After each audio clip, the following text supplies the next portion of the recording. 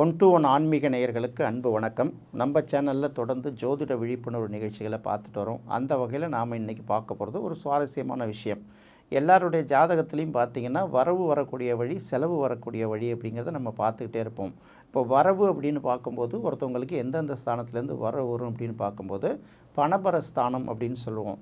2ஆம் இடம் ஒருத்தவங்களுக்கு நேரடியாக வரவு வரக்கூடிய ஒரு ஸ்தானம். அதனால தான் அது ஒரு பணபர ஸ்தானம்னு எடுத்துப்போம். அடுத்தது பார்த்திங்கன்னா 5ஆம் இடத்தையும் ஒரு பணபர ஸ்தானம் அப்படின்னு தான் எடுப்போம். ஏன் அந்த 5ஆம் இடத்தை வரவு ஸ்தானம்னு எடுக்கிறோன்னா, அது உழைப்பு பெரிய அளவுக்கு இல்லாமல் இந்த விளையாட்டு, ஷேர் மார்க்கெட்டு, சினிமா இந்த மாதிரி பார்த்திங்கன்னா மூளைக்கும் அந்த மாதிரி மற்ற விஷயங்களுக்கு இம்பார்ட்டன்ஸ் கொடுத்து கிடைக்கக்கூடிய வருமானங்கிறதுனால 5ஆம் இடத்தை ஒரு பணம் வரக்கூடிய ஸ்தானம், பணபர ஸ்தானம்னு பார்ப்போம். அடுத்தது 8ஆம் இடத்தையும் ஒரு பணம் வரக்கூடிய ஸ்தானம் அப்படின்னு பார்ப்போம். ஏன்னா 8ஆம் இடம் அப்படிங்கிறது பார்த்திங்கன்னா திடீர் தன வருவாய், கணக்கில் இல்லாத பண வருவாய், கணக்கில் இல்லாமல் சில பேருக்கு பணம் வரும் இல்லையா, மறைமுக தன வருவாய் அப்படின்னு சொல்லுவாங்கள்ல, இந்த தன வருவாயை குறிக்கக்கூடிய இடம் 8 அப்படிங்கிறத பார்ப்போம். அதே போல் 11ஆம் இடம் லாபஸ்தானம், அதையும் சொல்லுவோம். அப்போ இந்த பணம் வரக்கூடிய ஸ்தானத்தை சொல்லுவோம். ஒருத்தவங்களுக்கு செலவு எப்படி ஆகும் அப்படிங்கிறது ஒரு கேள்வி இருக்குது. இந்த செலவு எப்படி ஆகுங்கிறத பார்க்கும்போது 12ஆம் இடம்ங்கிறது ரொம்ப முக்கியமான விஷயம் இல்லையா. 12ஆம் இடத்தை அயன சயன சுகஸ்தானம் அப்படின்னு சொன்னால் கூட அதுவே தானே விரயஸ்தானம். அப்போ 12ஆம் அதிபதி எங்கே இருக்குது அப்படின்னு பார்க்கும்போது அதுக்கு தகுந்த மாதிரி சில செலவுகள் மனிதர்களுக்கு உருவாகும். அப்போ 12ஆம் அதிபதி மட்டும் தனியாக இருக்கா, இல்லை 12ஆம் அதிபதியோட மற்ற கிரகங்கள் எந்த இடத்துல சேர்ந்துருக்கு அப்படின்னு பார்த்தானே ஒருத்தவங்களுக்கு செலவு உருவாகும். இப்போ 12ஆம் இடத்தை வச்சு மட்டுமே பார்த்துட்டு அதுக்கப்புறம் மற்ற சில விஷயங்களை பார்ப்போம். இப்போ 12ஆம் அதிபதி லக்னத்திலே இருந்ததுன்னு வச்சுக்கோங்களேன். இப்போ 12ஆம் இடம்ங்கிறது நம்ம சொல்லணும் அயன சயன சுகம்னு. அப்போ என்ன பண்ணுவாங்க, நல்லா சாப்பிட்றதுக்கும் நல்லா தூங்குறதுக்கும் மன மகிழ்ச்சிக்காகவும் அதிகமாக செலவு பண்ணுவாங்க. அவங்களுடைய சம்பாதிக்கிற வருமானம் பார்த்திங்கன்னா அப்படி நிறைய செலவாகும்.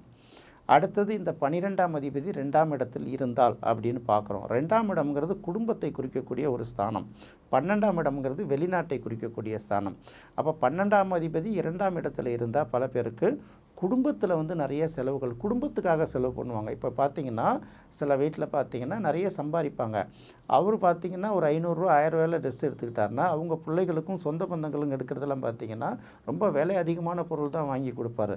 இதை அவங்க மன நிறைவாக செய்வாங்க. ரெண்டாவது பார்த்திங்கன்னா 12ஆம் அதிபதி 2ஆம் இடத்துல உட்காரும்போது வெளிநாட்டிலேருந்தும் அல்லது வெளிநாட்டில் வசிக்கக்கூடியவர்களோட வருவாயும் இவர்களுக்கு கிடைக்குங்கிறதுனால இந்த 12ஆம் அதிபதி 2ஆம் இடத்துல உட்கார்ந்தால் குடும்பத்துக்கும் குடும்பத்தில் உள்ள உறுப்பினர்கள் மகிழ்ச்சிக்கும் நிறைய செலவு பண்ணுவார். இன்னும் சொல்லப்போனால் இந்த தங்க நகை, வைர நகைகள், இந்த மாதிரி நகைகள் வாங்கி வைக்கிறதுக்கு கூட அவர் அதிகமாக செலவு பண்ணுவார். அடுத்தது இந்த 12ஆம் அதிபதி 3ஆம் இடத்தில் இருந்தால், 12ஆம் அதிபதி 3ஆம் இடத்துல இருந்தால் இப்போ நம்ம செலவு மட்டும்தான் பார்த்துட்டு வரோம். இது ஒரு பிரயாண ஸ்தானம், நிறைய பேருக்கு வெளிநாடு போகிறதுக்கு வாய்ப்பு இருக்குங்கிறது அது அடுத்த பலன்.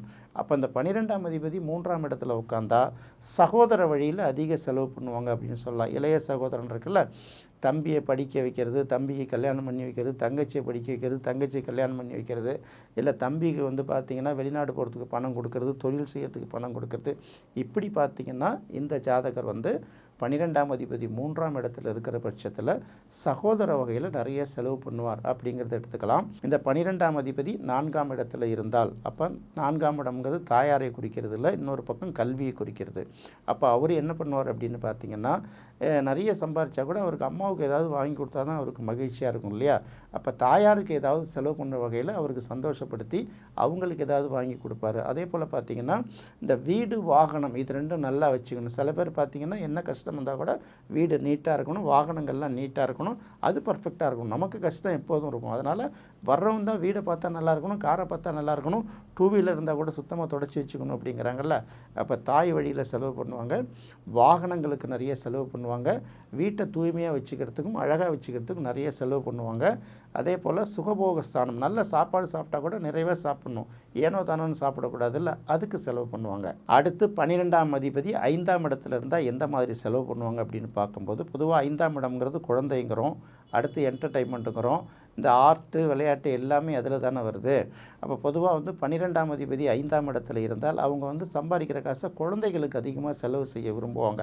அடுத்தது பார்த்திங்கன்னா அவங்களுக்குன்னு சில விஷயங்கள், சில பேர் பார்த்திங்கன்னா சினிமா பிடிக்கும்ல, அவர் எதுவும் பண்ண மாட்டார், செலவு பண்ணிக்க மாட்டார், ஆனால் சினிமா மட்டும் அடிக்கடி பார்த்துக்கு வரப்பாங்க. சில பேர் பார்த்திங்கன்னா எல்லாத்தையும் விட்டு எங்கே ஸ்போர்ட்ஸ் நடந்தாலும் செலவு பண்ணி போய் பார்ப்பாங்க, இது ஒரு பக்கம். அடுத்தது சில பேர் பார்த்திங்கன்னா இந்த மாதிரி என்டர்டெயின்மெண்ட் பொழுதுபோக்குகளுக்காக இந்த விளையாட்டு இந்த மாதிரி சில விஷயங்கள் பார்த்திங்கன்னா இந்த கற்றுக்கிறதுன்னு சொல்லுவாங்கள்ல லேர்னிங், அதுக்கு கூட நிறைய செலவு பண்ணி பார்ப்பாங்க.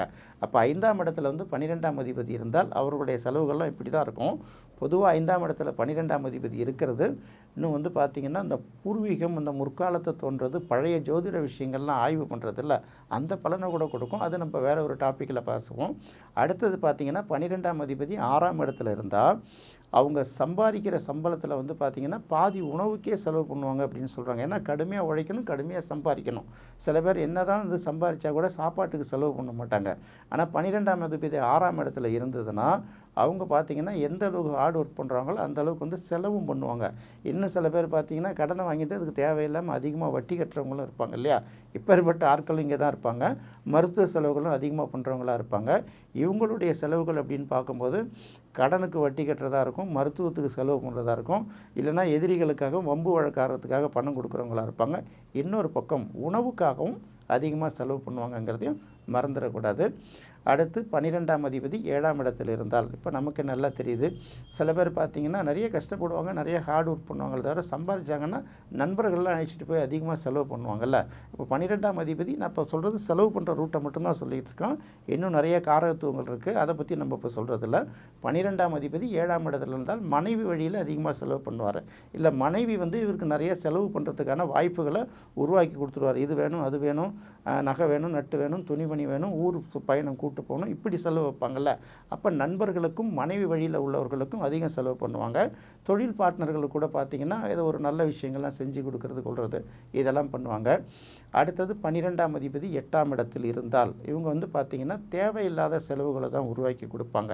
அதாவது நல்ல விஷயங்களுக்கு பயன்படுத்துகிறத விட, நல்ல விஷயம்னு சொல்கிறத விட அவசியமாக பயன்படுத்துறது, அவசியமற்று பயன்படுத்துறதுன்னு ஒன்று இருக்குல்ல. அந்த மாதிரி என்ன பண்ணுவாங்க, தேவையில்லாத செலவுகள், அதாவது இவங்க செலவு பண்ணி இவங்களே தன்னைத்தானே அசிங்கப்படுத்திக்கிறதுன்னு சொல்லுவாங்கள்ல, இது ஒரு பக்கம் இருக்கும். இன்னொரு பக்கம் பார்த்திங்கன்னா இந்த இன்சூரன்ஸ், அதாவது ஃப்யூச்சரில் நமக்கு பின்னாடி நம்ம வாரிசுகளுக்கும் சில வருவாய் கிடைக்கணும் அப்படின்னு நினைக்கிறாங்கல்ல, அந்த மாதிரி வந்து அவர்களுக்கான ஒரு அதாவது தன்னுடைய செலவுகள், தன்னுடைய சம்பாதிக்கிறதெல்லாம் பார்த்திங்கன்னா தனக்குன்னு செலவு பண்ணாமல் மற்றவர்களுக்காக ஏதாவது ஒரு வகையில் பண்ணிக்கிட்டு இருக்காங்கல்ல, இவங்க கூட இருக்கும். ஒரு வகையில் 12ஆம் அதிபதி 8ஆம் இடத்துல இருக்கிறது நம்ம நல்லதுன்னு தானே சொல்லுவோம். விரயங்களை வந்து கட்டுப்படுத்திடுவாங்க. அதாவது ஆகிற ஒரு செலவும் அடுத்தவர்களுக்கு பயனுள்ளதாக ஆகும்னு நினைக்கிறாங்கல்ல, அப்படி கூட இந்த 8ஆம் இடம் வேலை பார்க்கும். அடுத்தது பார்த்திங்கன்னா 12ஆம் அதிபதி 9ஆம் இடத்துல இருந்தால் தந்தை வழியில் நிறைய செலவு வருங்கிறது மேலோட்டமான ஒரு கருத்து. அடுத்தது பார்த்திங்கன்னா உயர்கல்விக்காக அதிகமாக செலவு பண்ணுவாங்கங்கிறது 2வது கருத்து. 3வது பார்த்திங்கன்னா வெளிநாடு போயிட்டு வர்றதுக்கு அதிகமாக செலவு பண்ணுறதுக்கு 3வது விஷயம். இது இல்லாமல் அறக்கட்டளை பணிகள், கோயில் கட்டுறது, தர்மசத்திரங்கள் கட்டுறது, இந்த கல்விக்காக வந்து தான தர்மங்கள் அதிகமாக பண்ணுறாங்கல்ல, அவங்களுக்கு அதிகமாக செலவு பண்ணுறது இந்த 12ஆம் அதிபதி 9ஆம் இடத்துல இருந்தால் அப்படி இருக்குங்கிறத நம்ம எடுத்துக்கிறோம். அடுத்தது 12ஆம் அதிபதி 10ஆம் இடத்துல இருந்தால் இது எப்படி நடக்கும்னா, இது கொஞ்சம் வித்தியாசமான காம்பினேஷன் தான். 10ங்கிறது ஸ்டேட்டஸ், 12ங்கிறது விரயம் இல்லையா. அப்போ தொழிலில் நஷ்டம் அடைஞ்சிடவங்கன்னு நினைக்கக்கூடாது. அப்படி ஒரு சூழ்நிலைகள் வரும்போது என்னென்னா, அதாவது இந்த 10ஆம் இடத்துல தொழில் செய்கிறவங்களுடைய லாபம் இருக்குல்ல, இந்த லாபத்தை ஒரு பகுதி வந்து என்ன பண்ணுவாங்க, தொழிலாளர்களுக்கே கொடுத்துருவாங்க. அதாவது ஒரு வேலை இருக்கும், சம்பளம் இருக்கும், அதை தாண்டி போனஸ்லாம் கொடுப்பாங்க. நிறைய லாபம் வரும்போது இப்போ நம்ம பார்க்குறோம்ல நிறைய இடங்களில், அந்த எம்ப்ளாயீஸ்க்கு பூரா கார் வாங்கி கொடுத்தாங்க, எம்ப்ளாயீஸ்க்கு பூரா 2 வீலர் வாங்கி கொடுத்தாங்கன்னா, இப்படி பண்ணிட்டாங்கன்னா அது வந்து அவங்களுக்கு என்ன ஆகுதுன்னா பெரிய அளவுக்கு சக்ஸஸாகவே ஆகிடுது. அடுத்தது பார்த்திங்கன்னா இந்த வெளிநாடு சம்மந்தப்பட்ட தொழில்கள் வந்து அவங்களுக்கு வெளிநாட்டிலேருந்து அதிகமாக ஆர்டர்ஸ் கிடைக்கிறது. அப்படி வர்றதுனால 10ஆம் இடத்துல 12ஆம் அதிபதி உள்ளவர்கள் பேருக்காகவும் புகழுக்காகவும் தன்னுடைய தொழிலில் வேலை செய்கிறவர்களுக்காகவும் அவங்களுடைய பணத்தை வந்து ஓரளவு விரயம் பண்ணுவாங்க, செலவு பண்ணுவாங்க அப்படின்னு நினச்சிக்கலாம். அடுத்து 12ஆம் அதிபதி 11ஆம் இடத்தில் இருந்தால் அப்படி என்ன பார்க்கலாம், ஒன்று விரயம், இன்னொன்று லாபம். விரயம் வந்து லாபத்தில் உட்காந்துருக்குன்னா இவங்க செய்கிற செலவுகள் எவ்வளவு செய்கிறாங்களோ இதுவே வந்து பார்த்திங்கன்னா அவங்களுக்கு இப்போ சொல்கிறாங்கல்ல, நம்ம ஒரு நெல்லை விதைச்சோம்னா அது பற்றி முளைச்சி வந்து நிறைய கொடுக்குதில்ல, ஒரு விதையை வச்சோம்னா இப்படியே அவங்களுக்கு சில பலன் கொடுத்துரும். இவங்க எதுக்காகலாம் செலவு செய்கிறாங்களோ அது ஏதாவது ஒரு வகையில் வந்து அவங்களுக்கு திருப்பி கொடுத்துரும். அதனால் எப்படின்னா செலவுங்கிறத விட பார்த்திங்கன்னா அவங்க செய்கிற செலவுகள் எல்லாமே அவங்களுக்கு ஏதாவது ஒரு வகையில் வருவாயை கொடுக்குற சோர்ஸாகவே வந்துடும். இவங்க திட்டமிட்டு செஞ்சாலும் சரி, திட்டமிடாமல் செஞ்சாலும் சரி. அடுத்து 12ஆம் அதிபதி 12ஆம் இடத்திலே இருந்தால் இவர்களும் நிறைய செலவு செய்வாங்க. தன்னுடைய பேரும் புகழும் நிலச்சி நிற்கிறதுக்காக செலவு பண்ணுவாங்க. மருத்துவமனையில் ரொம்ப சிரமப்படுறவங்களுக்கு வந்து மருத்துவ செலவுகள் செஞ்சு கொடுப்பாங்க. எப்படி இருந்தாலும் கடைசி வரைக்கும் இன்னொருத்தங்க தயவு இல்லாமல் வாழணுங்கிறதுக்காக என்னென்ன விஷயங்களை இப்போவே செஞ்சு வச்சுக்கணும். ஒரு இன்சூரன்ஸ் போட்டு வச்சுக்கணும், பேங்க்கில் வந்து கொஞ்சம் அக்கௌண்ட் வச்சுக்கணும், ஷேர் மார்க்கெட்டில் ஏதாவது கொஞ்சம் ஷேர் வாங்கி வச்சுக்கணும், நகையை வச்சுக்கணுங்கிறாங்கல்ல. கடைசி வரை இவங்க செய்யக்கூடிய செலவுகள் அனைத்தும் தான் வந்து இன்னொருத்தங்கள்ட்ட போய் கை நீட்டாத அளவுக்கு சாகுற வரைக்கும் நிம்மதியாக இருக்கணும்னு நினைக்கிறாங்கல்ல. அந்த மாதிரி செலவுகள் வந்து 12ஆம் அதிபதி 12ஆம் இடத்துல இருந்தாங்கன்னா அந்த மாதிரி செய்வாங்க. அதாவது இது பார்த்திங்கன்னா மனிதன் செலவு செய்யாமல் இருக்கவே முடியாது இல்லையா, செலவு செஞ்சுக்கிட்டே இருக்கணும். இந்த செலவை வந்து மனநிறைவோடு செய்யக்கூடிய செலவுகளாக இருக்கணும், வேறு வழி இல்லாமல் செய்யக்கூடிய செலவுகளாக இருக்கக்கூடாதுங்கிறது மட்டும்தான் கடவுள்கிட்ட நாம் செய்கிற பிரார்த்தனையாக இருக்கும். இந்த விரையாதிபதியை வச்சு இது வந்து எப்படி செலவு பண்ணுவாங்கிறது ஒரு சின்ன ரூட்டு தான். ஏன்னா இப்போ செலவுகளுக்கு மட்டும்தான் இந்த 12ஆம் இடத்தை பயன்படுத்தியிருக்கான். ஆனால் வந்து இந்த 12ஆம் அதிபதி வெவ்வேறு பலன்களை வெவ்வேறு விஷயங்களுக்கெல்லாம் கொடுத்துட்டு வரணுங்கிறது மறந்துடக்கூடாது. இது ஒரு சின்ன டிப்ஸாக எடுத்துங்க. இது வரைக்கும் நம்ம இந்த 12ஆம் இடத்து விரையாதிபதினு சொல்லக்கூடிய 12ஆம் இடத்துக்குரிய கிரகம் எந்தெந்த இடத்துல இருந்தால் எப்படி செலவுகள் வரும்னு சொல்கிறோம்ல. இந்த 12ஆம் அதிபதி மட்டுமே வந்து செலவை தீர்மானிக்கிற கிரகம் அல்ல. இருந்தாலும் இன்னும் சில இடங்களில் லக்னாதிபதி இன்னும் சில கிரகங்களும் சில தீர்வை வந்து கொடுக்க தான் செய்யுது. அப்படி பார்க்கும்போது பார்த்திங்கன்னா லக்னாதிபதி வந்து 6ஆம் இடத்துல உட்காந்துதுன்னு வச்சுக்கோங்களேன். பொதுவாக வந்து லக்னாதிபதி 6, 8, 12 மறையிறது அவ்வளோ நல்ல விசேஷம் இல்லைன்னு சொல்லுவாங்கள்ல. பட் லக்னாதிபதி 6ஆம் இடத்துல உட்காந்துருந்தா அவங்களுடைய சம்பாதிக்கக்கூடிய பணத்தில் 3ல் 1 பங்கு உணவுக்காகவே தான் செலவிடுவாங்க அப்படின்னு சொல்கிறாங்க. ஒன்று அவங்க உணவு செலவுக்காக இருக்கலாம், இல்லது குடும்பத்தோட உணவு செலவுக்காக இருக்கலாம். அதாவது அவங்க சம்பாதிக்கிறதுல 3ல் 1 பங்கு உணவுக்காக செலவிடப்பட வேண்டிய சூழ்நிலை உருவாகுங்கிறது தான் லக்னாதிபதி 6ஆம் இடத்துல இருந்தால் நம்ம தெரிஞ்சிக்க வேண்டிய ஒரு பலன். அதே போல் 12ஆம் இடத்துல குருவும் கேதுவும் சேர்ந்து இருந்தால், குரு 12ஆம் இடத்துல குரு இருந்தால் ஒரு பலன், கேது இருந்தால் ஒரு பலன். இதை நம்ம ஏற்கனவே சொல்லியிருக்கோம். பட் குருவும் கேதுவும் சேர்ந்து இருந்தால் அப்படின்னு பார்த்தீங்கன்னா ஒருத்தவங்க ஒரு பைசா செலவு பண்ணுறாங்கன்னா சொல்லுவாங்கள்ல, ஆதாயம் இல்லாமல் ஆற்றுல கொட்டக்கூடாது, ஆற்றை கட்டி இறைக்கக்கூடாதும்பாங்கள்ல. ஆற்றில் கொத்தினாலும் அளந்து கொட்டுன்னு சொல்லுவாங்க. இப்போது 12ஆம் இடத்துல குருவும் கேதுவும் ஒரு ஜாதகத்தில் இருந்தால் அவங்க என்ன செலவு பண்ணாலும் ஒரு பைசா செலவு பண்ணால் கூட லாபம் கருதாமல் செலவு பண்ண மாட்டாங்க. அதாவது ₹1 நம்ம செலவு பண்ணுறோன்னா இதன் மூலமாக நமக்கு எவ்வளோ வருவாய் கிடைக்கும் அப்படிங்கிறத பார்த்து தான் அவங்க செலவு பண்ணுவாங்க அப்படிங்கிறது பண்டைய கால ஜோதிட நூல்கள்லாம் சொல்லப்பட்டிருக்கு. இன்னொரு விஷயம் பார்த்திங்கன்னா, சில பேர் பார்த்திங்கன்னா வேலை செய்கிற இடத்துல எம்ப்ளாயீஸ் ஒர்க் பண்ணுவாங்க. அவங்க நல்லா வேலை செஞ்சாங்கன்னா என்ன பண்ணுவாங்க, சம்பளத்தை இல்லாமல் இவங்க தனியாலாம் எடுத்து கொடுப்பாங்கல்ல. சில பேர் ஒரு நல்ல பையனாக இருக்கான், அவன் எடுத்துக்கிறான், நல்ல பொண்ணு டீசெண்டாக காலிலேருந்து வேலை பார்க்குது, தன்னோட நிறுவனம் மாதிரி பார்த்துக்கிறாங்க, அவங்களுக்கு எல்லாம் செய்யுது, அவங்களுக்கு வேறு ஏதாவது சில விஷயங்கள் சம்பளம் இல்லாமல் கொடுப்போன்னு சில முதலாளிகள் நினைப்பாங்கல்ல. ஆனால் அந்த குருவும் கேதும் இருந்தால் அவங்க அந்த மாதிரி நினைக்க மாட்டாங்க அப்படிங்கிறது வந்து ரொம்ப தெளிவாக தெரிஞ்சுக்கணும். இவங்கள்ட்ட வந்து நல்ல உழைப்பை காட்டி எதை காட்டியுமே ஒரு நல்ல பேர்லாம் வாங்க முடியாது. என்ன பண்ணாலும் சரி உங்களுக்கு ஃபிக்ஸ் பண்ண சம்பளத்தை மட்டும்தான் கொடுப்பாங்க. அடுத்தது இவங்க செலவு பண்ணக்கூடிய செலவுகள் இது எந்த வகையில் நமக்கு ரிட்டர்னை கொடுக்கும், எவ்வளோ லாபம் கொடுக்கும், கணக்கு பார்த்து லாபம் பார்த்து மட்டுமே செலவு செய்பவர்களுக்கு கூடுமான வரைக்கும் 12ஆம் இடத்துல குருவும் கேதும் இணைந்திருப்பதற்கு அதிக வாய்ப்பு இருக்குன்னு இந்த பழங்கால ஜோதிட நூல்கள்லாம் குறிப்பிடப்பட்டிருக்கு. ஒரு ஜாதகத்தில் 2ஆம் இடம் அல்லது 11ஆம் இடத்துல சுக்கிரன் இருந்தால் அவங்க வந்து அலங்காரத்துக்கு அதிகமாக செலவு பண்ணுவாங்கங்கிறாங்க. அலங்காரங்கிறது தன்னை அழகுபடுத்திக்கிறதுக்கு அதிக செலவு பண்ணுறவங்களாக இருக்கலாம்.